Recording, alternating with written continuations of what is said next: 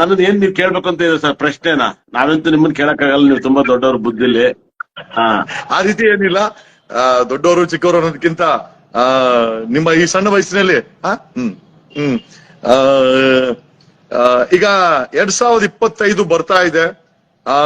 ತಮ್ಮ general prediction 2025 ಬಗ್ಗೆ ತಮ್ಮ ಅನಿಸಿಕೆ ಏನಾದ್ರು ಜನರ ಜೊತೆ ಹಂಚ್ಕೊಳ್ಬಹುದಾ ಗುರುಜಿ? ಖಂಡಿತ ಹೊಸ ವರ್ಷ ಅಂದ್ರೆ ಯಾವಾಗ್ಲೂ ಡಿಪೆಂಡ್ಸ್ ಆಗಿ ಮಾಡ್ತಾ ಇದ್ದೆ. ಆದ್ರೆ ಈ ಸರಿ ನಾನು ಜಿ ಕನ್ನಡ ಮಾಡೋದ್ರಿಂದ ನಾನು 100% ಯಾವ್ದೋ ಒಂದು ಬೇರೆ ಮಾಧ್ಯಮದಲ್ಲಿ ನಾನು ಮಾಡಂಗಿಲ್ಲ, ಅಲ್ಲೇ ಮಾಡ್ಬೇಕು. ಹಾಗಾಗಿ ಏನ್ ಮಾಡೋದು ತುಂಬಾ ಕಾಡ್ತಾ ಇತ್ತು. ಹೋಗಿ ಮೊನ್ನೆ ತಮಿಳ್ ಟಿವಿಲ್ ಮಾಡ್ಬಿಟ್ಟು ಬಂದೆ. ಅದು ಹೊಸ ವರ್ಷಕ್ಕೆ ಹಾಕ್ತಾರೆ. ಅವಾಗ ಬೆಸ್ಟ್ ಯಾವ್ದು ಅಂತ ಅಂತಿತ್ತು. ಅವಾಗ ನಾವು ನಿಮ್ ಜೊತೆ ಮಾಡ್ರೆ ಹೆಂಗಿರುತ್ತೆ ಹೊಸ ವರ್ಷನ ಅಂತ ಅನಿಸ್ತು. 2025 ನಿಮ್ಮಿಂದಲೇ ಸ್ಟಾರ್ಟ್ ಆಗ್ಲಿ ಅಂತ. ಹಾಗಾಗಿ ಪರವಾಗಿಲ್ಲ ಸರ್. ನಾನು ಪ್ರತಿ ವರ್ಷ ನಾನು ಒಂದೊಂದು ನಂಬರ್ನ ನೆಗೆಟಿವ್ ಪಾಸಿಟಿವ್ ಹೇಳ್ತೀನಿ. ಹೋದ ವರ್ಷ 6 ಪ್ರಿಡಿಕ್ಷನ್ ಮಾಡಿದ್ದೆ. 6ನೇ ತಾರೀಕು ಇಸ್ ವೆರಿ ಡೇಂಜರ್ ಅಂತ. ಹಾಗಾಗಿ ಕರ್ನಾಟಕದಲ್ಲಿ ಧ್ರುವ 6ನೇ ತಾರೀಕಲ್ಲಿ ಹುಟ್ಟಿರ್ತಾರೆ. ಅವ್ರ ಲೈಫಲ್ಲಿ ಸಿನಿಮಾ ತುಂಬಾ ದೊಡ್ಡ ಸಕ್ಸಸ್ ನ ಕಾಣಕ್ ಆಗಲ್ಲ. 6ನೇ ತಾರೀಕು ಕೊಟ್ಟಿರ್ತಾರೆ. ಅವ್ರ ಲೈಫಲ್ಲಿ ಅವ್ರ ಪರ್ಸನಲ್ ಲೈಫ್ ತುಂಬಾ ಡಿಸ್ಟರ್ಬ್ ಆಗುತ್ತೆ. ಮುರುಗನ್ ಟೆಂಪಲ್ ಅಲ್ಲಿ 15ನೇ ತಾರೀಕು ಆನೆ ಸಾಕೋದನ್ನೇ ಆನೆ ತುಂಡ್ಬಿಟ್ಟು ಸಾಯಿಸ್ಬಿಡುತ್ತೆ. 15 ಡೇಟ್. ಅದೇ ತರ 6ನೇ ತಾರೀಕಲ್ಲಿ ಸಿಕ್ಕಾಪಟ್ಟೆ ಪ್ರತಿ ತಿಂಗಳು 6, 15, 24 ಹುಟ್ಟಿರೋರಿಗೆ ತುಂಬಾ ಪ್ರಾಬ್ಲಮ್ ಅನುಭವಿಸಿರ್ತಾರೆ. ಅದೇ ರೀತಿಯಲ್ಲಿ ನಾನ್ ನೋಡಿರೋ ಮಟ್ಟಿಗೆ ದರ್ಶನ್ ಅವ್ರ 16ನೇ ತಾರೀಕು ಅವ್ರಲ್ಲಿ 6 ಪಾಸ್ ಆಗತ್ತೆ. ತುಂಬಾ ಪ್ರಾಬ್ಲಮ್ ಅನುಭವಿಸಿದ್ರು 100%. ಅದೇ ತರ ಅವ್ರ ಕೈದಿ ನಂಬರ್ಸ್ ಕೂಡ 6 ಬರುತ್ತೆ. ಅದನ್ನು ಕೂಡ ಮತ್ತೆ ಚೇಂಜ್ ಮಾಡಿ ಹೋಗ್ಬಿಡ್ತಾರೆ. 100% ಬೇರೆ ಬಳ್ಳಾರಿಗೆ ಹೋಗುತ್ತೆ ಒಪಿನಿಯನ್. ಒಂದೇ ಉದಾಹರಣೆ, ಇಡೀ ಪ್ರಪಂಚದಲ್ಲಿ ಏನೋ ಒಂದು ಹೆಚ್ಚು ಕಮ್ಮಿ ಆಗತ್ತೆ. ಈ ವರ್ಷ 6 ತುಂಬಾ ಲಕ್ ನ ತಂದ್ಕೊಡುತ್ತೆ. 2025 6 ತುಂಬಾ ಸಖತ್ ರಾಜಯೋಗ. ಹಾಗಾದ್ರೆ ದರ್ಶನ್ಗೆ ರಾಜಯೋಗ ಆಗತ್ತೆ ಅಂತ ಹೇಳ್ಬೋದಾ? ಖಂಡಿತಲೂ ಸಿಗುತ್ತೆ ಸರ್. ಈ ವರ್ಷ ಲಕ್ಕಿ ನಂಬರ್ 16 ತುಂಬಾ ಲಕ್ ನ ತಂದ್ಕೊಡುತ್ತೆ. 100% ರಾಜಯೋಗ ತಂದ್ಕೊಡುತ್ತೆ. ಅದ್ರಲ್ಲಿ ಯಾವುದೇ ಮಾತಿಲ್ಲ. 100% ಸರ್. ನಾನು ಹೊಸ ವರ್ಷ ಪ್ರಿಡಿಕ್ಷನ್ ಮಾಡ್ತೀನಿ. ನನ್ನಲ್ಲಿ ನೀವೇನಾದ್ರು ಪ್ರಶ್ನೆ ಏನಾದ್ರು ಕೇಳಂಗಿದ್ರೆ ಕೇಳಿ ಸರ್. ಹೊಸ ವರ್ಷದಲ್ಲಿ ನಿಮ್ಗೆ ಹೆಂಗಂದ್ರೆ ನೀವು ಕೇಳಿದ್ರೆ ಕರ್ನಾಟಕ ಜನತೆ ಮುಖಾಂತರ ನೀವು ಕೇಳ್ತಿದ್ರ ಸರ್. ಕರ್ನಾಟಕ ಜನತೆ ನೀವು ಮುಖವಾಗಿ ಕೇಳ್ತಾ ಇದ್ರ ಕೇಳಿ ಸರ್. ನಿಮ್ಗೆ ಏನೇನ್ ಪ್ರಶ್ನೆ ನನ್ನಲ್ಲಿ ಕೇಳ್ಬೇಕು ಅಂತ ಆಸಕ್ತಿ ಇದೆ. ಇವಾಗ 1ರಿಂದ 31ನೇ ತಾರೀಕುವರೆಗೂ ಇರುತ್ತೆ ಡೇಟ್ ನ್ಯೂಮರಾಲಜಿಲಿ. ಏನ್ ಬೇಕಾದ್ರೆ ಕೇಳ್ಬೋದು. ನಾನು ಪ್ರಿಡಿಕ್ಷನ್ ಮಾಡ್ತೀನಿ. ನಂಬರ್ ಅಂದ್ರೆ ನಾನಂದ್ರೆ ನಂಬರು ಅಂತ ನೀವು ಪ್ರಸಿದ್ಧಿಯಾಗಿದ್ದೀರಾ. ಕಳೆದ ಒಂದು 20-25 ವರ್ಷಗಳಿಂದ ಮೋಸ್ಟ್ಲಿ ಈ ಫೀಲ್ಡ್ ಅಲ್ಲಿ ಇರ್ಬೋದ ಅಂತ ನನ್ನ ಅನಿಸಿಕೆ. ಇರ್ಬೋದಲ್ಲ ಸರ್? 25. ಆಮೇಲೆ ಸಾಕಷ್ಟು ಸಾವಿರಾರು ಕಾರ್ಯಕ್ರಮಗಳನ್ನ ನಡೆಸ್ಕೊಟ್ಟಿದ್ದೀರಾ, ಲೈವ್ ಅಲ್ಲಿ ಬಂದಿದ್ದೀರಾ, ಜನರಿಗೆ ಮಾಹಿತಿಗಳನ್ನ ಕೊಟ್ಟಿದ್ದೀರಾ, ಒಂದಷ್ಟು ಜ್ಞಾನವನ್ನು ಕೂಡ ಸಮಾಜದಲ್ಲಿ ತುಂಬಿದ್ದೀರಾ. ನಮ್ಮ ಪ್ರಶ್ನೆ ನೇರವಾದ ಪ್ರಶ್ನೆ ಸರ್. ಈ ಇಡೀ ಜಗತ್ತು, ಐ ಥಿಂಕ್ ಈ ಬ್ರಹ್ಮಾಂಡ ಏನಿದೆ, ಎಂಟೈರ್ ಬ್ರಹ್ಮಾಂಡ ಒಂದು ಕ್ಯಾಲ್ಕುಲೇಟೆಡ್ ಸಿಸ್ಟಮ್ ಅಲ್ಲಿ ಇದೆ. ನೀವ್ ಹೇಳಿದಂತ ಮ್ಯಾಥಮೆಟಿಕ್ಸ್ ಬ್ರಹ್ಮಾಂಡದಲ್ಲಿದೆ. ಆ ಬ್ರಹ್ಮಾಂಡದಲ್ಲಿ ಜನರು ದೇವರು ಅಂತಾರೆ. ನನ್ಗಂದಂಗೆ ಒಂದು ದಿವ್ಯ ಶಕ್ತಿ ಇದೆ. ಇದನ್ನೆಲ್ಲ ಮೆಕ್ಯಾನಿಸಮ್ ನ ಮೇಂಟೈನ್ ಮಾಡ್ತಾ ಇರೋದು. ಆಮೇಲೆ ಭೂಮಿಯಿಂದ ಸೂರ್ಯನಿಗೆ ಎಷ್ಟು ಡಿಸ್ಟೆನ್ಸ್ ಇದೆ, ಭೂಮಿ ಚಂದ್ರನಿದೆ, ಎಲ್ಲ ವೆಲ್ ಕ್ಯಾಲ್ಕುಲೇಟೆಡ್ ಸಿಸ್ಟಮ್ ಅಲ್ಲಿ ಇದೆ. ನಾವು ಅನ್ಕೊಂಡದಕ್ಕಿಂತ ಅಕ್ಯುರೇಸಿನಲ್ಲಿ ಇದೆ. ಎಲ್ಲದರಲ್ಲೂ ಮ್ಯಾಥಮೆಟಿಕ್ಸ್ ಯೂಸ್ ಆಗಿದೆ. ನೀವು ಮಾತಾಡ್ತಾ ಇರೋದು ಮ್ಯಾಥಮೆಟಿಕ್ಸ್. ಸೊ ನಮ್ ಪ್ರಶ್ನೆ ಏನಪ್ಪಾ ಅಂತಂದ್ರೆ, ಆರ್ಯವರ್ಧನ್ ಅವರು ಹೇಳಿದ್ ನಿಜ ಆಗತ್ತಾ ಅಥವಾ ನಿಜವನ್ನ ಆರ್ಯವರ್ಧನ್ ಹೇಳ್ತಾರ ಜನರುಗಳಿಗೆ ಅನ್ನೋದು ಒಂದು ಪ್ರಶ್ನೆ ಸರ್, ಜನಗಳ ಪರವಾಗಿ. ಸರ್, ನಂಗೆ ದೇವರು ನನ್ನಲ್ಲಿ ನುಡಿಸ್ತಾನೆ ಸರ್. ನನ್ನಲ್ಲಿ ನುಡಿಸ್ತಿರೋದನ್ನ ನಾನು ಹೇಳ್ತೀನಿ ಸರ್. ನನ್ನಲ್ಲಿ ಭಗವಂತ ಏನ್ ನುಡಿಸ್ತಾನೋ ಅದನ್ನ ನಾನು ಪ್ರೆಡಿಕ್ಷನ್ ಮಾಡ್ತೀನಿ ಸರ್. 100%. ನನ್ ಚಿಕ್ಕ ವಯಸ್ಸಿಂದ ಇದನ್ನ ಹೇಳು ಅಂತ ದೇವ್ರು ಹೇಳ್ತಾ ಇರ್ತಾನೆ ಸರ್. ಹೇಳಕ್ ಆಗದೆ ಇರೋದ್ರ ಟೈಮಲ್ಲಿ ತಲೆ ಭಾರ ಆಗಿ ಹೋಗಿತ್ತು ಸರ್. ನನ್ನ ಲೈಫಲ್ಲಿ ತಲೆ ಸಿಕ್ಕಾಬಟ್ಟೆ ಪ್ರಾಬ್ಲಮ್ ಅಲ್ಲಿ ಸಿಗಾಕಿಬಿಟ್ಟಿದೆ. ಅಷ್ಟೊಂದು ನನ್ ತಲೆ ತುಂಬಾ ನೋವು ಬರೋದು. ಏನು, ನಾನು ಒಂದು ಚಾನಲ್ ಹೋಗಿ ಹೇಳಿದೆ ಸರ್, ಕರ್ನಾಟಕದಲ್ಲಿ ತುಂಬಾ ದೊಡ್ಡ ಚಾನಲ್ ಸರ್. ಒಂದು 2ನೇ ತಾರೀಕು 9ನೇ ತಿಂಗಳು 2029 ಪ್ರಪಂಚ ಏನೋ ಒಂದು ಡಿಸ್ಟರ್ಬ್ ಆಗುತ್ತೆ ಅಂತ ಗೊತ್ತಾಗುತ್ತೆ. ನಾರ್ಮಲ್ ಆಗಿ ನಾನು ಆಟೋ ಓಡಿಸ್ಕೊಂಡಿದ್ದೆ. ಹೋಗಿ ಹೇಳಿದೆ, ನೀನೆಲ್ಲ ಏನ್ ಜ್ಞಾನ ಇಲ್ಲ, ಹೋಗ ಮುಚ್ಕೊಂಡು ಅಂತ ಹೇಳಿದ್ರು. ತಿಗಾ ಮುಚ್ಕ ಹೋಗೋಣ ಲೆವೆಲ್ ಹೇಳಿ ಕಳ್ಸಿದ್ರು. ಕೇಳೋದೆಲ್ಲ ಕೇಳ್ಬಿಟ್ಟು ಆಗ್ನಲ್ಲ. ನಾನು ರಿಯಲ್ ಆಗಿ ನಡೆದಿರೋ ಘಟನೆ. ಕೊನೆಗೆ ಇದೇ ರೇವಣ್ಣರು ಶಾರದಾಪೀಠ ದೇವಸ್ಥಾನದಲ್ಲಿ ಸಿಗ್ತಾರೆ, ಶೃಂಗೇರಿ ಇಲ್ಲಿ ಚಾಮರಾಜಪೇಟೆ. ಅವ್ರಿಗೆ ಹೇಳ್ತೀನಿ, ಅವರು ತಲೆ ಕೆಡಿಸ್ಕೊನಲ್ಲ. ಕೊನೆಗೆ ಸರ್ ಅವತ್ತು ನಾನು ಹೇಳಿದ ದಿವಸ ವೈಎಸ್ ಶಾಸಕರಿಗೆ ಡೆತ್ ಆಗ್ತಾರೆ. ರಾಜಶೇಖರ ರೆಡ್ಡಿ, ಈ ತರ ಸಾಕಷ್ಟು ಘಟನೆಗಳು. ಅದಾದ್ಮೇಲೆ ಮಂತ್ರಾಲಯ ಅದೇ ತಿಂಗಳಲ್ಲಿ 29 ಮಂತ್ರಾಲಯ ನೀರಲ್ಲಿ ಕೊಚ್ಚೋಗ್ಬಿಡುತ್ತೆ. ಕರೋನಾ ಇಡೀ ಜಗತ್ತೆಲ್ಲ ಬೆಚ್ಚಿ ಬಿದ್ರು ಸರ್. ಅದನ್ನ ನಾನು ಅವಾಗ ಪ್ರಿಡಿಕ್ಷನ್ ಮಾಡಿದಾಗ ಅದು ಕೂಡ ಎಲ್ಲವೂ ನಿಜ ಆಯ್ತು. ಸಾಕಷ್ಟು ಜನ ಜಾತಕ, ಭವಿಷ್ಯ, ದೆಸೆ, ಭುಕ್ತಿ, ಸಾವು, ನೋವು ಇದೆಲ್ಲ ಬೇಗ ಅರ್ಥ ಆಗುತ್ತೆ. ಪ್ರಪಂಚ ಏನ್ ರೇಟ್, ಚಿನ್ನ 10,000 ರೂಪಾಯಿ ಬರುತ್ತೆ ಸರ್. ಚಿನ್ನನ ಇವಾಗ ಪರ್ಚೇಸ್ ಮಾಡಿ ಅಂತ ನಾನು ಪ್ರಿಡಿಕ್ಷನ್ ಮಾಡಿದೆ. ಅಂದ್ರೆ 3,000 ಚಿಲ್ಲರೆ ಇದ್ದಾಗ 10,000 ರೂಪಾಯಿ ಬಂದು ನಿಲ್ಲುತ್ತೆ, ಪರ್ಚೇಸ್ ಮಾಡ್ಕೊಬಿಡಿ. ಇವಾಗ ಹೇಳ್ತೀವಿ ಸರ್, ಚಿನ್ನ ತಗೊಂಡ್ ಮನೇಲಿ ದಡ್ಡ ಸರ್. ಚಿನ್ನನ ಮನೇಲಿ ತಗೊಂಡ್ ದಡ್ಡ. ಇವಾಗ ಚಿನ್ನದ ಮೇಲೆ ದುಡ್ಡು ಹಾಕೋರಲ್ಲ ದಡ್ಡರು ಸರ್. ಚಿನ್ನದ ಮೇಲೆ ಏನು ದುಡ್ಡು ಹಾಕ್ಬಾರ್ದು, ಯಾಕಂದ್ರೆ ಸೆಕ್ಯೂರಿಟಿ ಇಲ್ಲ ಸರ್. ಅಪ್ಪರ ಚಿನ್ನ ತಗೋತೀರ, ನೀವು ಬ್ಯಾಂಕ್ ಅಲ್ಲಿ ಇಡ್ತೀರ, ಅಲ್ಲಿ ಬ್ಯಾಂಕಿಗೆ ಯಾಕೆ ಸರ್ ನಾವು ಹೋಗಿ ಬ್ಯಾಂಕ್ ಅಲ್ಲಿ ಲಾಕರ್ಗೆ ಯಾಕೆ ಸರ್ ಬಾಡಿಗೆ ಕಟ್ಬೇಕು? 1 ಗ್ರಾಮ್ ಗೋಲ್ಡ್ ಹಾಕಿಂದು ಸೂಪರ್ ಶ್ರೀಮಂತಕ್ಕಿಂತ ಮೆರಿಬಹುದು. ಆರ್ಯವರ್ಧನ್ ಅವರು ತಮ್ಮ ಜ್ಞಾನವನ್ನ ಒಂದು ರಿಸರ್ಚ್ ಸೆಂಟರ್ ಓಪನ್ ಮಾಡಿ ಹಂಚಬಹುದಾಗಿತ್ತು, ಅದನ್ನ ಅಭಿವೃದ್ಧಿ ಪಡಿಸಬಹುದಾಗಿತ್ತು, ದೊಡ್ಡ ಮಟ್ಟಕ್ಕೆ ತಗೊಂಡೋಗಬಹುದಾಗಿತ್ತು. ರಿಸರ್ಚ್ ಸೆಂಟರ್ ಬಗ್ಗೆ ಯಾವತ್ತಾದ್ರೂ ಯೋಚನೆ ಮಾಡಿದಾರ? ಇಲ್ಲ ಸರ್, ಇದನ್ನ ನೀವು ಒಳ್ಳೆ ಪ್ರಶ್ನೆ ಕೇಳಿ. ನಾನು ಈ ತರ ಒಂದು ಮಾಡಕ್ ಸ್ಟಾರ್ಟ್ ಮಾಡಿದೆ. ಅವಾಗ ಏನಾಯ್ತು, ಜನ IPL ಕ್ರಿಕೆಟ್ ಕ್ರೇಜ್ಗೆ ಹೆವಿ ಜನ ನಮ್ಮ ಇಂಡಿಯಾದಲ್ಲಿ ಬಹಳ ಫಾಲೋವರ್ಸ್ ಇದಾರೆ ಸರ್. ವೆಂಕಟೇಶ್ವರ ಸ್ವಾಮಿ ಈ ಕಡೆ ಬರ್ತಾನಂದ್ರೆ ಇಂಡಿಯಾ ಪಾಕಿಸ್ತಾನ ಮ್ಯಾಚ್ ಇದೆ, ಕ್ರೌಡ್ ಅಲ್ಲಿ ಇಂಡಿಯಾ ಪಾಕಿಸ್ತಾನ ನೋಡ್ತಾರೆ. ವೆಂಕಟೇಶ್ವರ ಸ್ವಾಮಿ ಏನು ಇಂಪಾರ್ಟೆಂಟ್ ಆಗಲ್ಲ ಅಲ್ಲಿ, ಯಾರೋ ಭಕ್ತರು ಮಾತ್ರ ಹೋಗ್ತಾರೆ. ಹಂಗ್ ಮಾಡಕ್ ಹೋದಾಗ ಎಲ್ಲೋ ನನಗೆ ಎಡವಟ್ಟಾಯ್ತು. ಜನಕ್ಕೆ ಬುದ್ಧಿ ಹೇಳಕ್ ಹೋದಾಗ ನಂಗೆ ತುಂಬಾ ಎಡವಟ್ಟಾಯ್ತು. ಜನರಿಗೆ ಇದೆಲ್ಲ ಸತ್ಯ, ಇದು ಹತ್ರ ಇದೆ, ನೀವು ಬಳಸ್ಕೊಳ್ಳಿ ಈ ನಂಬರ್ಸ್, ಈ ನಕ್ಷತ್ರಗಳು. ಸರ್ಕಾರಕ್ಕೆ ಒಂದು ಈ ನ್ಯೂಮರಾಲಜಿ ಬಗ್ಗೆ ಒಂದು ಯೂನಿವರ್ಸಿಟಿನ ಒಂದು ಸಬ್ಜೆಕ್ಟ್ ಇಂಟ್ರೊಡ್ಯೂಸ್ ಮಾಡಿ ರಿಸರ್ಚ್ ಮಾಡಕ್ಕೆ ಯಾವತ್ತಾರು ಒಂದು ಪ್ರಯತ್ನ ಪಟ್ಟಿದ್ದೀರಾ? ಸರ್, ಪ್ರಯತ್ನ ಪಡಕ್ ಏನಂದ್ರೆ ಸರ್ಕಾರ ಹಿಂದೆ ರಾಜನ ಕಾಲದಲ್ಲಿ ಜ್ಯೋತಿಷ್ಯವ್ರನ್ನ ಇಟ್ಟು ರಾಜ್ಯಕ್ಕೋಸ್ಕರ ಜ್ಯೋತಿಷ್ಯ ಕೇಳ್ತೇವೆ ಸರ್. ಇವಾಗ ನಾನು ಒಂದು ಕರೆಕ್ಷನ್ ಮಾಡಕ್ ಇಷ್ಟಪಡ್ತೀನಿ. ಆರ್ಯವರ್ಧನ್ ಅವರು ಜ್ಯೋತಿಷ್ಯಕ್ಕಿಂತ ನಂಬರ್ ಮೇಲೆ ತಮ್ಮ ಭವಿಷ್ಯವನ್ನ ಅಥವಾ ಪ್ರಿಡಿಕ್ಷನ್ಸ್ ಅನ್ನ ಮಾಡ್ತಾರೆ ಅಂತ. ಜ್ಯೋತಿಷ್ಯನ ಸೈಡ್ಗೆ ಇಟ್ಬಿಟ್ಟು ಮ್ಯಾಥಮೆಟಿಕ್ಸ್ ಅನ್ನೇ ಇಟ್ಕೊಳ್ಳೋಣ ಸರ್, ನನ್ಗನ್ಸಿದ್ದು. ಸರ್, ಅದು ಖಂಡಿತ ಮಾಡಿಲ್ಲ. ಯಾರು ಸರ್ಕಾರ ಸರ್ ಇಲ್ಲೊಬ್ರು ಯಾರೋ ಕೇಳ್ತಾ ಇದಾರೆ, ರವಿಕುಮಾರ್ ರಾಥೋಡ್ ಅಂತೆ. ಗುರುಜಿ, ಲಾಯರ್ ಜಗದೀಶ್ ಸಾವು ಯಾವಾಗ ಹೇಳಿ ಗುರುಜಿ, ಇದನ್ನೇನ್ ಹೇಳಕ್ಕಾಗತ್ತಾ? ಅಲ್ಲ ನೇರವಾದ ಪ್ರಶ್ನೆ ಅಲ್ಲ, ನೀವು ಯಾವ್ದು ಸಂಕೋಚ ಬೇಡ. ಯಾಕಂದ್ರೆ ಪಾಪ ಅವ್ರು ಅಷ್ಟು ಖುಷಿ ಪಟ್ಟು ಕೇಳ್ತಾ ಇದಾರೆ, ತಾವ್ ಹೇಳಿದ್ರೆ ತುಂಬಾ ಒಳ್ಳೇದು ಅಲ್ಲ. ಕೇಳ್ತಾ ಇದಾರೆ, ಇಲ್ಲ ಹೇಳ್ಬೋದು ಸರ್. ಅವ್ರು ಫಸ್ಟ್ ಅವ್ರದ್ದೇ ಕೇಳಿ ಸರ್, ಅವ್ರದ್ದು ಹಾಕ್ಲಿ, ಅವ್ರನ್ನ ಕೇಳಿ ಆದ್ಮೇಲೆ ನಿಮ್ಗೆ ಕೇಳೋಣ ಸರ್. ನಿಜ ನಿಜ ನಿಜ. ನೋಡಿ, ಒಬ್ಬರ ಸಾವನ್ನ ಬಯಸೋದು ಅಷ್ಟು ಸುಲಭವಲ್ಲ, ಅಷ್ಟು ಜಲ್ದಿಯಾಗಿ ಜಗದೀಶ್ ಸಾಯೋದು ಇಲ್ಲ. ನಾನು ಉತ್ತರ ಹೇಳ್ತಾ ಇದ್ದೀನಿ. ಓಯ್, ನಿಮಗೆಲ್ಲ ಚೀಫ್ ಮಿನಿಸ್ಟರ್ ಹಾಕಿ ಈ ಕರ್ಮಕಾಂಡಗಳನ್ನ ರುಬ್ತೀನಿ, CM ಆಗ್ತೀನ. ಮುಂದೆ ಒಂದಿನ ಯಾರೋ ಗುಜರಾತಿ ಪ್ರೈಮ್ ಮಿನಿಸ್ಟರ್ ಹೇಳ್ತಾ ಇರೋದಲ್ಲ, ಕನ್ನಡಿಗನು ಡೆಲ್ಲಿನಲ್ಲಿ ರಾಜರ ತರ ವಿಜೃಂಭಿಸುವಂತ ಸಮಯ ಬರುತ್ತೆ. ಸಾವು ಬಯಸೋರಿಗೆ ಎದುರೋರಂತೂ ನಾವಂತೂ ಅಲ್ಲ. ಅಲ್ಲಿ ನೋಡಿ ಎಂತ ಮಾನಸಿಕತೆ ಇದೆ ಅನ್ನೋದು. ಏನೋ ನೇರವಾಗಿ ಇದಕ್ಕೆ ಬರೋಣ. ಒಂದು ನಿಮ್ಮಲ್ಲಿರೋ ಜ್ಞಾನನ ಅಟ್ಲೀಸ್ಟ್ ಯಾವ್ದಾದ್ರು ಯೂನಿವರ್ಸಿಟಿಗೆ ಅಪ್ರೋಚ್ ಮಾಡಿನೋ, ಸರ್ಕಾರಕ್ಕೆ ಅಪ್ರೋಚ್ ಮಾಡಿನೋ, ಅಟ್ಲೀಸ್ಟ್ ಅದ್ರ ಬಗ್ಗೆ ಒಂದು ರಿಸರ್ಚ್ ಡಿಪಾರ್ಟ್ಮೆಂಟ್ ಅನ್ನ ಮಾಡಿ ನಿಮ್ಮ ಜ್ಞಾನವನ್ನ ಮತ್ತೆ ಈ ಒಂದು ನ್ಯೂಮರಾಲಜಿನ ಹೆಚ್ಚಾಗಿ ಸೈಂಟಿಫಿಕ್ ವೈಜ್ಞಾನಿಕವಾಗಿ ಡೆವಲಪ್ ಮಾಡಬಹುದಾಗಿತ್ತಲ್ಲ ಗುರುಜಿ? ಖಂಡಿತ. ನಾನು ಮಾಧ್ಯಮದಲ್ಲಿ ಮಾಡ್ತಾ ಬಂದೆ. ಸರ್ಕಾರಗಳು ಅದಕ್ಕಾಗಿ ನಮ್ಮನ್ನ ಗುರುತಿಸಿ, ಪ್ರಪಂಚ ಏನಾಗುತ್ತೆ ಗೊತ್ತಾ ಸರ್, ಸರ್ಕಾರ, ನಾನು ಯಾವಾಗ್ಲೂ ಹೇಳ್ತೇನೆ, ನಮ್ ದೇಶದಲ್ಲಿ ಇನ್ಕಮ್ ಟ್ಯಾಕ್ಸ್ ಕಟ್ಟೋರು ಮಾತ್ರ ಓಟ್ ಹಾಕ್ಬೇಕು, ಬೇರೆಯವ್ರಲ್ಲಿ ಹಾಕಿರ್ ವೇಸ್ಟ್ ಅಂತ. ಯಾಕಂದ್ರೆ ಯಾವಾಗ ಮಾತಾಡದಿದ್ದು ಪ್ರಾಣಿನ ಏನಾದ್ರು ಕೊಂದ್ರು ನಿಮ್ಗೆ ಶಿಕ್ಷೆ ಇದೆ. ಹಾಗಾಗಿ ಒಬ್ಬ ಮೂಗ ಬಂದು ಓಟ್ ಹಾಕ್ತಾರೆ, ಒಂದ್ ಪ್ರಾಣಿನ ಓಟ್ ಹಾಕ್ಬೋದು ಅಂತ ಯಾವನಾದ್ರು ಕೇಸ್ ತಂದ್ಬಿಟ್ರೆ ಏನ್ ಮಾಡಕ್ಕಾಗತ್ತೆ? ಇನ್ಕಮ್ ಟ್ಯಾಕ್ಸ್ ಸರ್ಕಾರಕ್ಕೆ ಏನಾದ್ರು ಟ್ಯಾಕ್ಸ್ ಕಟ್ಟೋರು ಓಟ್ ಹಾಕ್ಬೇಕು. ಯಾವ್ದೋ ಒಂದ್ ರೀತಿಲಿ ಕಂದಾಯ ಕಟ್ತೀವೋ, ಮನೆ ಬಾಡಿಗೆ ಕಟ್ತೀವೋ, ನೀನ್ ಟ್ಯಾಕ್ಸ್ ಕಟ್ಟೋ ಓಲ್ಡ್ರಾದ್ರೆ ಓಟ್ ಹಾಕಿ. ಮನೇಲಿ ಸುಮ್ನೆ ಒಂದ್ 25 ಜನ ಮಕ್ಕಳು. ಸರ್, ನಾನ್ ನಿಮ್ಗೆ ಕರೆಕ್ಷನ್ ಮಾಡಕ್ ಇಷ್ಟಪಡ್ತೀನಿ. ಒಬ್ಬ ಸಾಮಾನ್ಯ ಮನುಷ್ಯ 24 ಗಂಟೆ ಟ್ಯಾಕ್ಸ್ ಕಟ್ತಾನೆ. ಬೆಳಗ್ಗೆ ಎದ್ರೆ ಹಾಲಿಗೆ, ತರಕಾರಿಗೆ, ಅವನು ಓಡಾಡೋ ಬೈಕ್ಗೆ, ಆ ಬೈಕಿನ ಪೆಟ್ರೋಲ್ಗೆ, ಮಧ್ಯಾಹ್ನ ಊಟಕ್ಕೆ, ಸಾಯಂಕಾಲ ತಗೊಂಡ್ಬರೋ ತಿಂಡಿಗೆ, ಮನೆಗ್ ಬಂದ್ರೆ ಹಾಕೋಣೋ ಫ್ಯಾನ್ಗೆ, ತೋರ್ಸೋ ಟಿವಿಗೆ, ಮೊಬೈಲ್ಗೆ, ಎಲ್ಲದಕ್ಕೂ ಸರ್. ಈಗಂತೂ ಸೆಕೆಂಡ್ ಹ್ಯಾಂಡ್ ಗಾಡಿ ನಿಮ್ಮದ್ ಮಾರ್ಬೇಕಂದ್ರು ಕೂಡ tax tax tax. So tax ಇಲ್ಲದ ವ್ಯಕ್ತಿನೇ ಇಲ್ಲ. ಸೊ ಹಂಗಾಗಿ ಪ್ರತಿಯೊಬ್ರು ಕೂಡ ನೀವು ಬೇಕೋ ಬೇಡೋ ಡೈರೆಕ್ಟ್ ಟ್ಯಾಕ್ಸ್, ಇಂಡೈರೆಕ್ಟ್ ಟ್ಯಾಕ್ಸ್, ಲೂಟಿ ಟ್ಯಾಕ್ಸ್ ಕಟ್ಲೇಬೇಕು ಸರ್, ಟೋಲ್ ಗೇಟ್ ಟ್ಯಾಕ್ಸ್.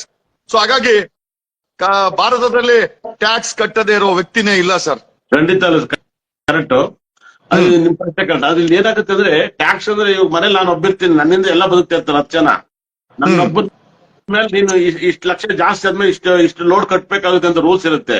ಮನೆ ಆದ್ಮೇಲೆ ಯಾರ ಮೇಲೆ ಡಿವೈಡ್ ಮಾಡುವಷ್ಟು ಬುದ್ಧಿವಂತ ನಾವು ಅಲ್ಲ. ಮಾರಾಡಿ ಸಾಲ ಮನೆ ಆದ್ಮೇಲೆ ಎಲ್ಲಾದ್ಮೇಲೆ ಡಿವೈಡ್ ಮಾಡ್ತಾರೆ. ಅವ್ರ ಮನೇಲಿ ಇದ್ದವರು ಕೂಡ ಬಿಸ್ನೆಸ್ ಪಾರ್ಟ್ನರ್ ಆಗಿ ಸೇರ್ಸ್ಕೊಂಡಿರ್ತಾರೆ. ನಾವ್ ಯಾಮಾರಿ ನಾವ್ ಒಬ್ಬನೇ ಪಾರ್ಟ್ನರ್ ಆಗಿ ಬದುಕ್ತಾ ಇರ್ತೀವಿ. ಆರ್ಯವರ್ಧನ್ ಅವ್ರಿಗೆ ಒಂದು ನೇರವಾದ ಪ್ರಶ್ನೆ. ಹಾ, ಭಾರತದ ಆರ್ಥಿಕತೆ ಸಾಲ 2014ಕ್ಕೆ 50 ಲಕ್ಷ ಕೋಟಿ ಇತ್ತು.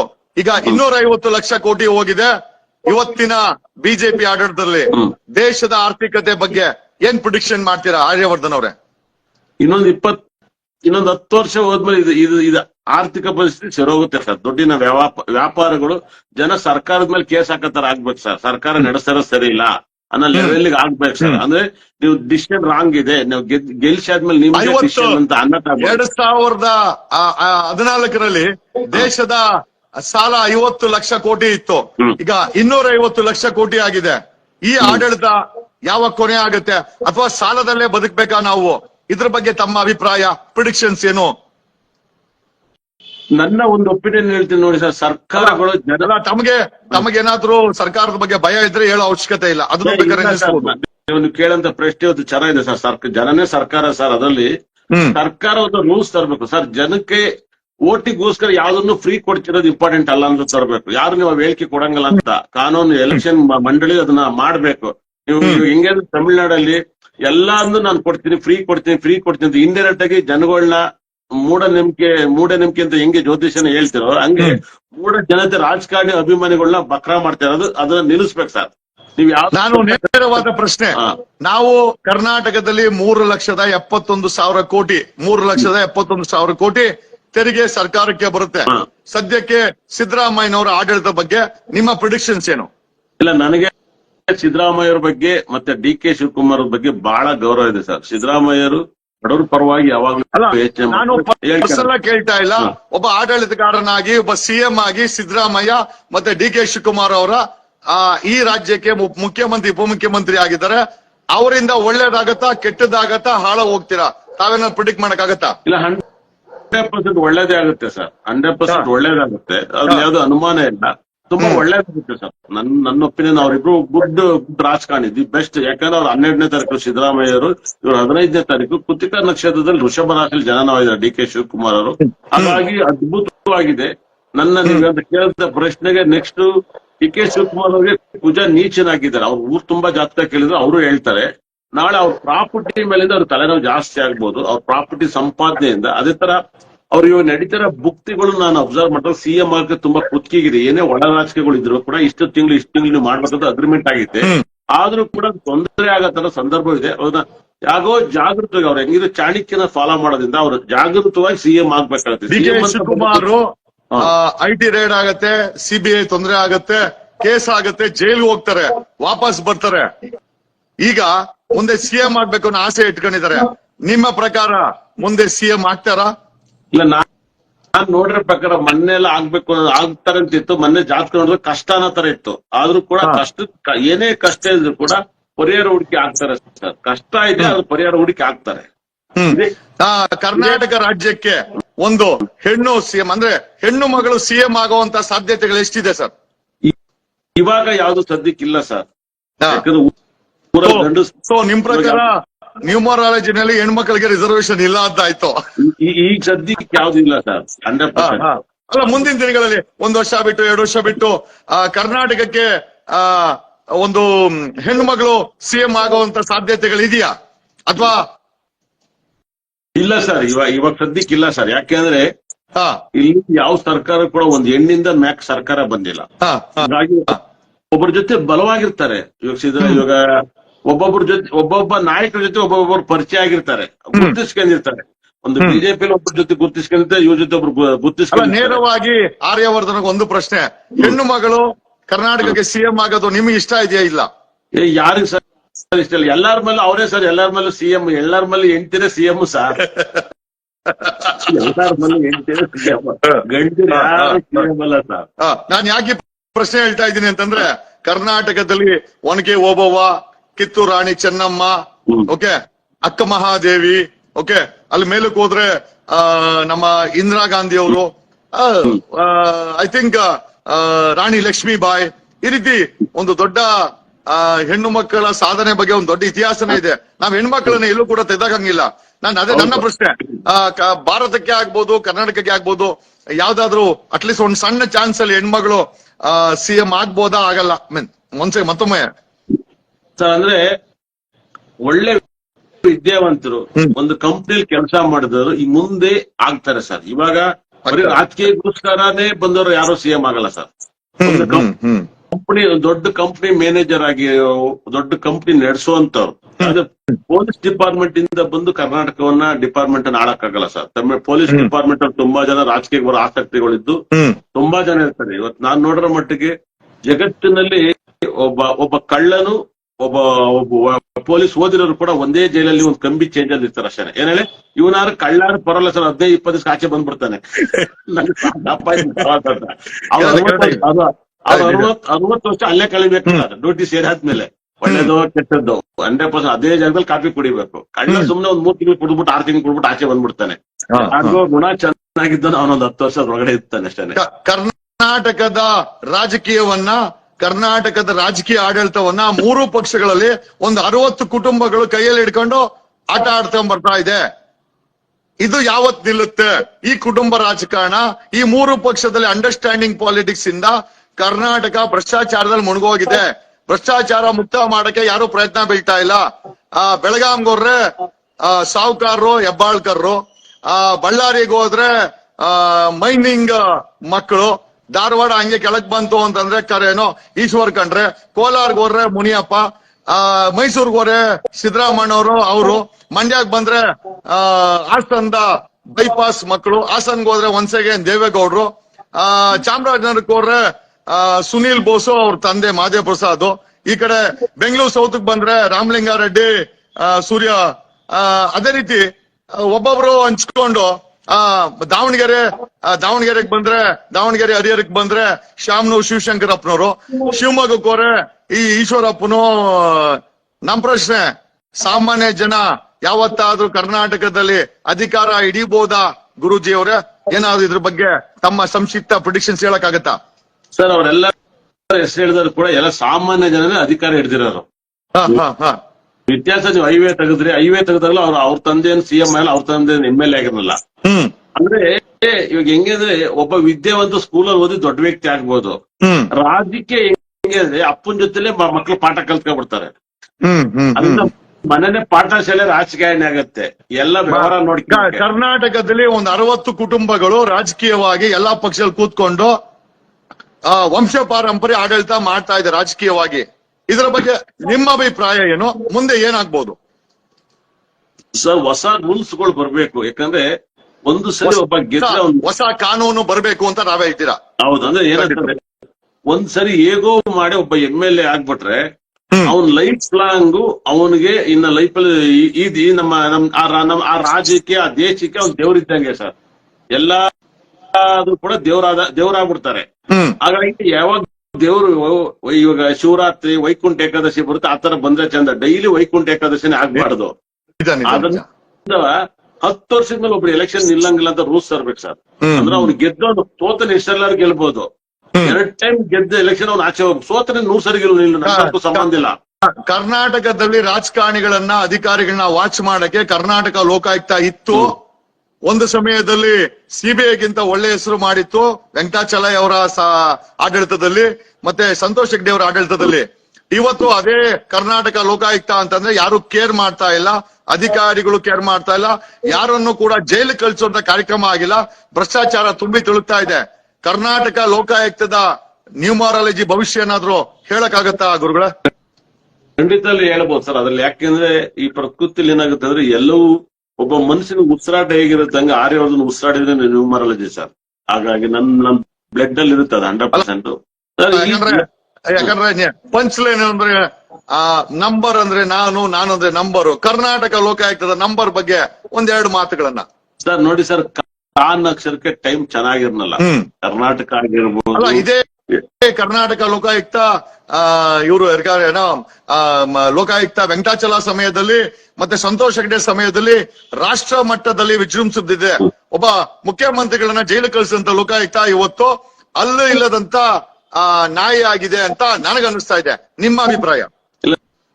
ನನಗೇನನ್ಸುತ್ತೆ ಸರ್, ಕಾನೂನು ರೀತಿಯಲ್ಲಿ ಖಂಡಿತ ಕೂಡ ಈ ಸರ್ಕಾರವನ್ನ ಬದಲಾವಣೆ ಅದ್ ನನಗೆ ಅಷ್ಟು ಐಡಿಯಾ ಇಲ್ಲ ಸರ್. ಖಂಡಿತ ಕೂಡ ಅದು ಬರೀ ರಾಜಕಾರಣಿಗೆ ಇದ್ರೆ ನಂಗೆ ಪರವಾಗಿಲ್ಲ. 100% ರಾಜಕಾರಣಿ ಭಯ ಇತ್ತು. ಎಲ್ಲ ಒಗ್ಗಟ್ಟಾಗಿ ಅದನ್ನ ತಿದ್ದುಪಡಿ ಮಾಡಿದ್ರೆ ಅದು ನನಗೆ ಗೊತ್ತಿಲ್ಲ ಸರ್, ಖಂಡಿತ ಅಲ್ಲ ಕೂಡ. ಯಾಕಂದ್ರೆ ನನಗೆ ಅದ್ರ ಬಗ್ಗೆ ಅಷ್ಟು ಐಡಿಯಾ ಇಲ್ಲ. ಓಕೆ, ಕರ್ನಾಟಕ ಲೋಕಾಯುಕ್ತ ಆಯ್ತು, ಕರ್ನಾಟಕ ಏನೋ ಚಿತ್ರ ಅಂದ್ರೆ ಕರ್ನಾಟಕ ಈ ಒಂದು ಫಿಲಂ ಇಂಡಸ್ಟ್ರಿಗೆ ಬಂದ್ರೆ ಪುನೀತ್ ರಾಜ್ಕುಮಾರ್ ತಿರ್ಕೊಂಡ್ರು, ರಾಘಣ್ಣ ಮೈಗ್ ಹುಷಾರಿಲ್ಲ, ಶಿವಣ್ಣ ನೋಡಿದ್ರೆ ಈಗ ಹಾಸ್ಪಿಟಲ್ಸ್ ಇದ್ದಾರೆ, ದರ್ಶನ್ ಜೈಲ್ಗೆ ಹೋದ, ಯಶು 3 ವರ್ಷಕ್ಕೊಂದ್ಸತಿ ಫಿಲಂ ಮಾಡಿ ಹೊರಟೋದ್ರೆ ಕೈಗೆ ಸಿಗಲ್ಲ ಯಶು. ಈಗ ಇದ್ದಂತ ಹಿರಿಯ ನಟರು ರಾಜ್ಕುಮಾರ್ ಅವರೆಲ್ಲ ಐ ಥಿಂಕ್ ಕಾಲಾಂತರದಲ್ಲಿ ಅವರು ಕೂಡ ತಮ್ಮ ಸಮಯವನ್ನು ಮುತ್ತಿ ಮಾಯ ಆದ್ರು. ಕನ್ನಡ ಇಂಡಸ್ಟ್ರಿಗೆ ಏನಾಗಿದೆ? ಕನ್ನಡ ಇಂಡಸ್ಟ್ರಿಲಿ ಹೊಸಬರು ಬರಲ್ವಾ? ಕನ್ನಡ ಇಂಡಸ್ಟ್ರಿ ತೆಲುಗು, ಸ್ಯಾಂಡಲ್ವುಡ್, ಕಾಲಿವುಡ್, ಬಾಲಿವುಡ್ಗೆಲ್ಲ ಕಂಪೇರ್ ಮಾಡಿದ್ರೆ ನಮ್ಮ ಸ್ಯಾಂಡಲ್ವುಡ್ ಯಾವುದೇ ರೀತಿ ಕಮ್ಮಿ ಇಲ್ಲ. ನಮ್ ಸ್ಯಾಂಡಲ್ವುಡ್ ಯಾವತ್ತು ವಿಜೃಂಭಿಸಬಹುದು. ನಂಬರ್ ಅಂದ್ರೆ ನಾನಂದ್ರೆ ನಂಬರು. ಆರ್ಯವರ್ಧನ್ ಏನಾದ್ರು ದಯವಿಟ್ಟು ಇದ್ರ ಬಗ್ಗೆ ಒಂದೆರಡು ಮಾತುಗಳನ್ನ ಹೇಳ್ಬೋದಾ ಸರ್? ಇಲ್ಲ ನೋಡಿ, ಯಾವುದೇ ಭಾಷೆ ಬಂದಿರ್ಬೋದು, ಇವಾಗ KGF ಅನ್ನೋ ಒಂದು ಸಿನಿಮಾ ಸೂಪರ್ ಡೂಪರ್ ಹಿಟ್ ಆಗುತ್ತೆ, ಎಷ್ಟು ಮಾಡಿರ್ತಾರೆ. 3 ವರ್ಷ ಆದ್ಮೇಲೆ ಮತ್ತೆ KGF ಮತ್ತೆ ಅವ್ರು ಕಾಣಿಸ್ಕೊಂತಾರೆ.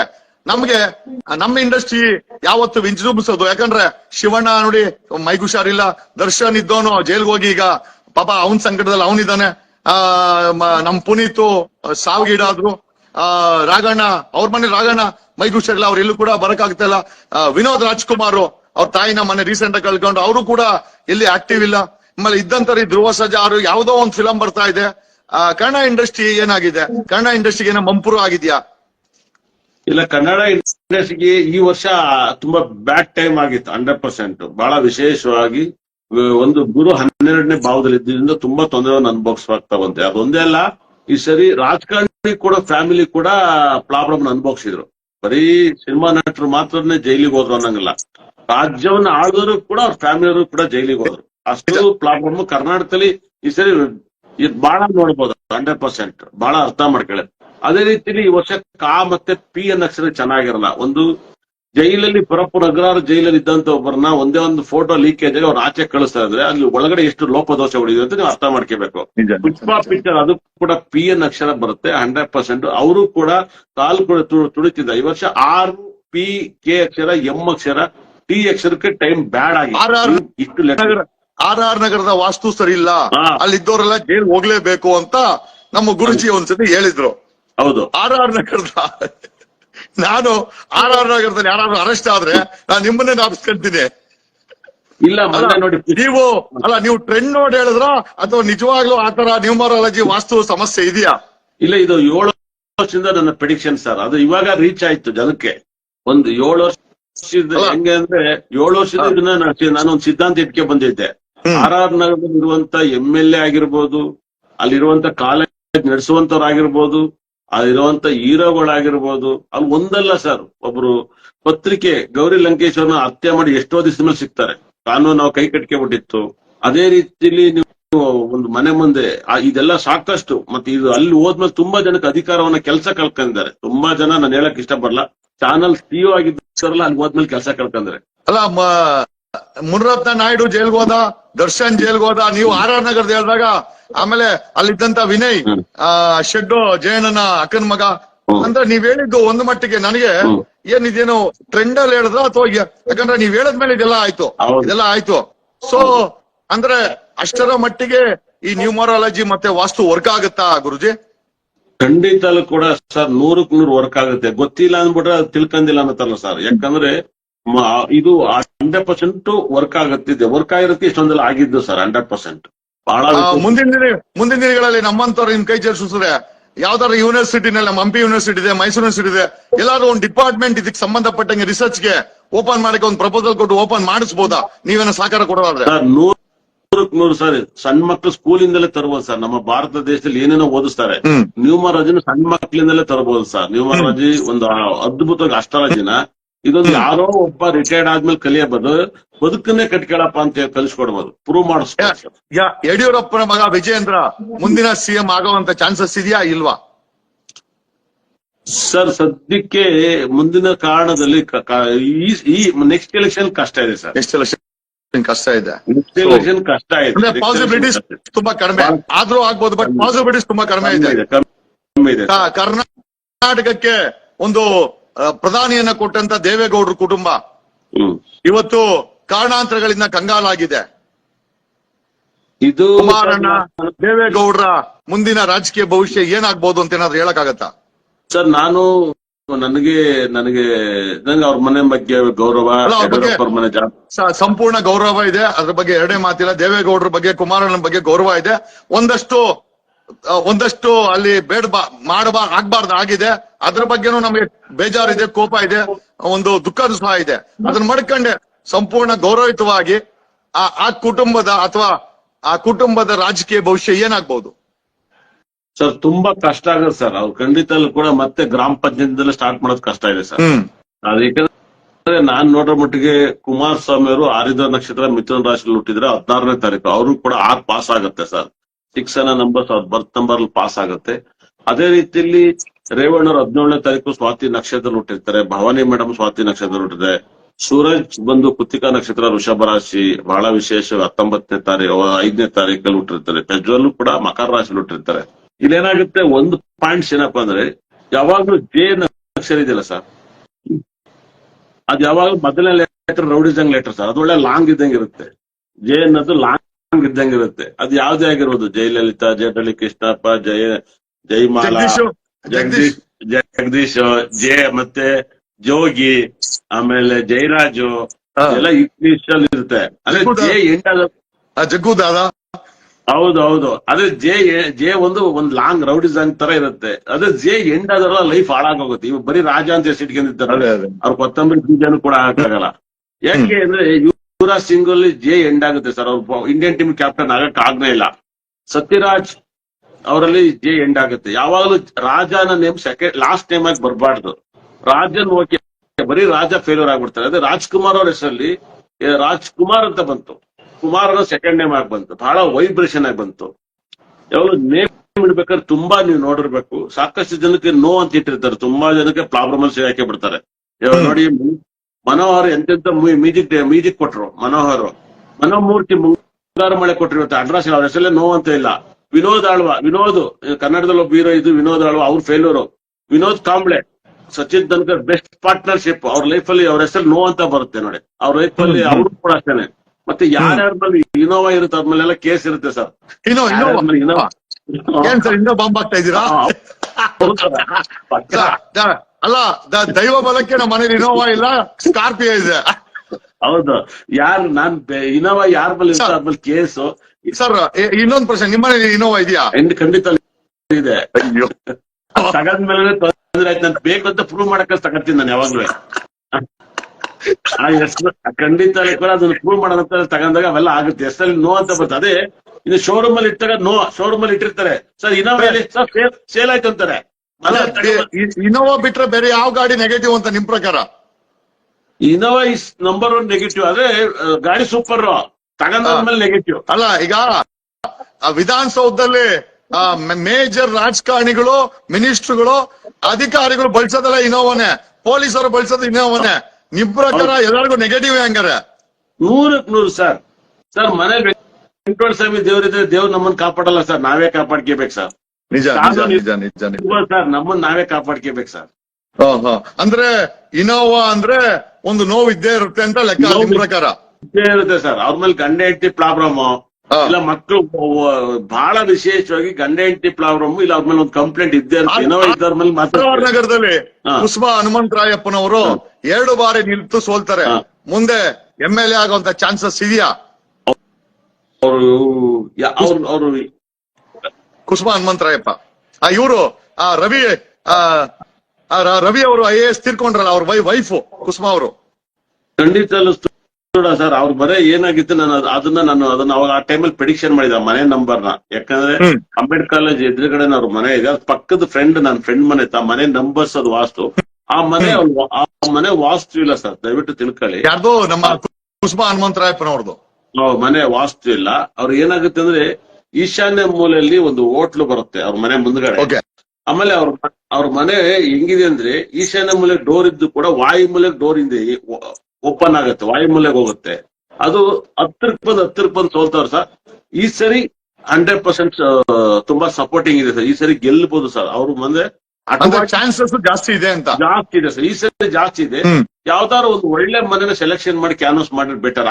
ಬಹಳ ಅದ್ಭುತವಾಗಿ ಅಲ್ಲಿ ಇವತ್ತವರೆಗೆ ಗೆದ್ದರು ಯಾರ್ದು MLA ಮನೆನೇ ಇಲ್ಲ ಸರ್. ಯಾರು ವಾಸ ಮಾಡಿಲ್ಲ. ನೀವು RR ನಗರ ಹೆಂಗ್ ಹೇಳ್ತೀರಾ ಅಂತಂದ್ರೆ ಒಂಥರ ಪಾಕಿಸ್ತಾನ ತರ ಹೇಳ್ತೀರ, ನಮ್ಗೆ ಕೇಳಿದ್ರೆ ಭಯ ಆಗುತ್ತೆ. ಇಲ್ಲ ಸರ್, ಅದು ಎಲ್ಲರೂ ಕುಬೇರ್ ಮೂಲೆ ಅಂತ ಹೇಳ್ತಾರೆ. ಆದ್ರೆ ಯಾವಾಗ್ಲೂ ಅದು ಎಂಟ್ರೆನ್ಸ್ ಆರ್ಚ್ ನೋಡಿದ್ರ ಸರ್ ನೀವು? ಆರ್ಚು ಗೊತ್ತಾಯ್ತು. ಆರ್ಚು ಅದು ಕೆಂಗೇರಿ ಮೋರಿ ಮೇಲೆ ಹೋಗ್ಬೇಕು ಸರ್, ಒಳಗಡೆ ಎಂಟ್ರೆನ್ಸ್ ವೆಲ್ಕಮ್ ಮೋರಿ ಮೇಲೆ. ಬಿಗ್ ಬಾಸ್ ಅಲ್ಲಿ ತಾವು ಪಾರ್ಟಿಸಿಪೇಟ್ ಮಾಡಿದ್ರಿ. ಬಿಗ್ ಬಾಸ್ನ 11ನೇ ಎಪಿಸೋಡ್ಗೆ ಸುದೀಪ್ ಗುಡ್ ಬೈ ಹೇಳ್ತಾ ಇದಾರೆ. ಮುಂದಿನ ಬಿಗ್ ಬಾಸ್ ನ ಯಾರು ನಡೆಸಬಹುದು ಅಂತ ಏನಾದ್ರು ಭವಿಷ್ಯ ಹೇಳಕ್ ಆಗತ್ತಾ ಸರ್? ಅದ್ ನಂಗೆ ಮುಂಚೆನೆ ಗೊತ್ತಿತ್ತು. ನಾನು ಅದ್ರ ಬಗ್ಗೆ ಹೇಳಿದಾಗ ಎಲ್ಲಾರು ತುಂಬಾ ಬೇಜಾರ ಮಾಡಿ ನನಗೆ ಹೇಳಿದ್ರು. ನಾನೊಬ್ಬ ಮುಂದೆ ಆಗುವಂತ, ಅಯ್ಯೋ ಸರ್ ನಮ್ಮ ಮನೇಲಿ ಊದ್ಗಡ್ಡಿ ಇದ್ರೆ ದೇವ್ರ ಮೇಲೆ ಹೋಗಿ ಊದ್ಗಡ್ಡೆ ಎತ್ತೀವಿ, ಅಲ್ಲಿ ಸಿಕ್ಬೇಕು ಬ್ರಷ್ ಎಲ್ಲಿ ಅಂತ ಹೋಗಿ ಬ್ರಷ್ ಇಕ್ತೀವಿ, ಹಂಗಂತ ಎರಡು ತಂದು ಒಟ್ಟಿಗೆ ಇಡಕ್ ಆಗಲ್ಲ. ಹಾಗಾಗಿ ನಾನು ಅದನ್ನ ಹೇಳಿದ್ದೆ 100% ಈ ತರ ಆಗುತ್ತೆ ಅವ್ರಿಗೆ ಅಂತ. ಅದು 11ನೇ ಸೀಸನ್ ಸುದೀಪ್ ಅವರ ಅಂತ್ಯ ಆಡ್ತಾರಂತ ತಾವು ಭವಿಷ್ಯ ನೋಡಿದ್ರಿ? 100% ಆಗಿತ್ತು. ಅದು ಮತ್ತೆ ಅದೇನಾಗಿ ಮತ್ತೆ ಕಂಟಿನ್ಯೂ ಮಾಡಿದ್ರೆ ನನಗೆ ಅದು ಗೊತ್ತಿಲ್ಲ. ಅವ್ರ ಬಾಯಿಲೆ ಅಷ್ಟು ದೊಡ್ಡವ್ರ ಬಾಯಿಲೆ ಬಂದಿತ್ತೆ, ಅದು ಮುಂದೆ ಏನಾಗುತ್ತೆ ನಂಗೆ ಗೊತ್ತಿಲ್ಲ. ಅನೌನ್ಸ್ ಮಾಡಿದ್ದಾರೆ ಟ್ವಿಟರ್ ಅಲ್ಲಿ, ಇದು ಕೊನೆ ಸೀಸನ್ ಅಂತ ಅನೌನ್ಸ್ ಮಾಡಿದ್ದಾರೆ. ಅವ್ರನ್ನ ಇಂಟ್ರೂ ಮಾಡಿದಾಗ ಹೇಳಿದ್ರು, ಇಲ್ಲ ನಾನು ಇದು ಕೊನೆ ಸೀಸನ್, ನನ್ನ ಕೈಗೆ ಒಂದ್ ಸೈಟ್ ಕೊಟ್ಟಿದ್ರು, ನಾನು ಕೂಡ ಒಂದು ಅದ್ಭುತವಾದ ಬಿಲ್ಡಿಂಗ್ ಕಟ್ಟಿದ್ದೀನಿ, ಮುಂದೆ ಯಾರಾದ್ರೂ ಬಂದು ಇನ್ನೂ ಅದ್ಭುತವಾಗಿ ಕಟ್ಟಿದ್ರೆ ಸಂತೋಷ ಅಂತ ಹೇಳಿ ಅದಕ್ಕೆ ಒಂದು ತಾರಕಿಕ್ಯ ಒಂದು ಅಂತ್ಯವನ್ನು ಕೂಡ ಕೊಟ್ಟಿದ್ದಾರೆ. ಅಲ್ಲ, ನಿಮ್ ಪ್ರಕಾರ ಮುಂದೆ ಬಿಗ್ ಬಾಸ್ ನಡೆಯುತ್ತಾ? ಒಂದು ಪ್ರಶ್ನೆ, ನಡೆದ್ರೆ ಯಾರು ನಡೆಸಬಹುದು ಸುದೀಪ್ ಅವರ ಬದಲಾಗಿ? ಏನಾದ್ರು ಐಡಿಯಾ?